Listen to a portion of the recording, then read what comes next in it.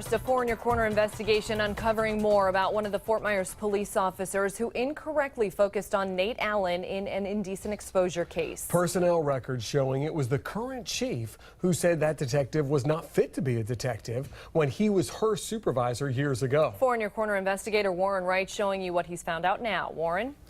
Well, of all the police records involved in the arrest of Nate Allen, one detective stands out, Aldenia Nicole Thomas. Tonight, we investigate the investigator by examining her personnel file.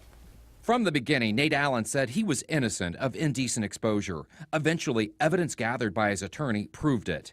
Fort Myers police held Allen for 4.5 hours. Detective Aldenia Thomas interrogated him. FMPD documents revealed during the investigation, Thomas challenges Allen and whether or not he's telling the truth.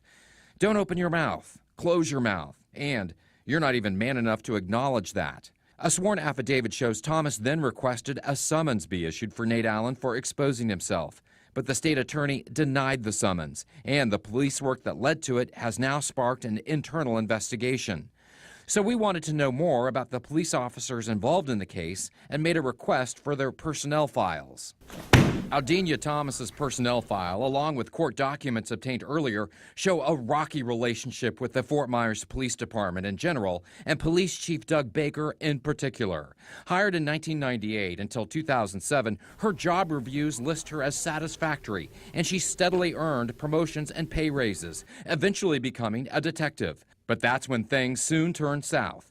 In her 2007 performance review, given on December 31st, Thomas received deficient scores in 16 out of 21 categories.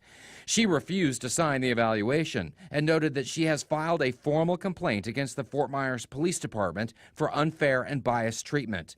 14 days later, Thomas filed an EEOC complaint for gender and racial discrimination. One day after that, then Major Doug Baker writes up an exhaustive and detailed report saying there is just cause to transfer Detective Thomas from the Detective Bureau. Thomas has received training and retraining in the areas of concern.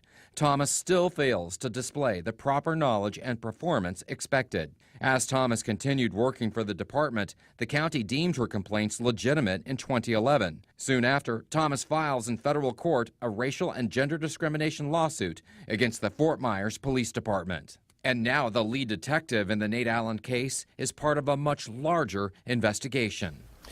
I also pulled the personnel records of one other officer closely tied to the Nate Allen case, Sergeant Jackie Garrett. Her file shows above-average reviews with no formal reprimands. Warren Wright, Fox 4, in your corner. All right, thank you, Warren. Now, a quick recap of where we are in this case as of tonight. City Council has asked the state's top law enforcement agency, FDLE, to look into how city police handled this case after they actually finished their own internal investigation.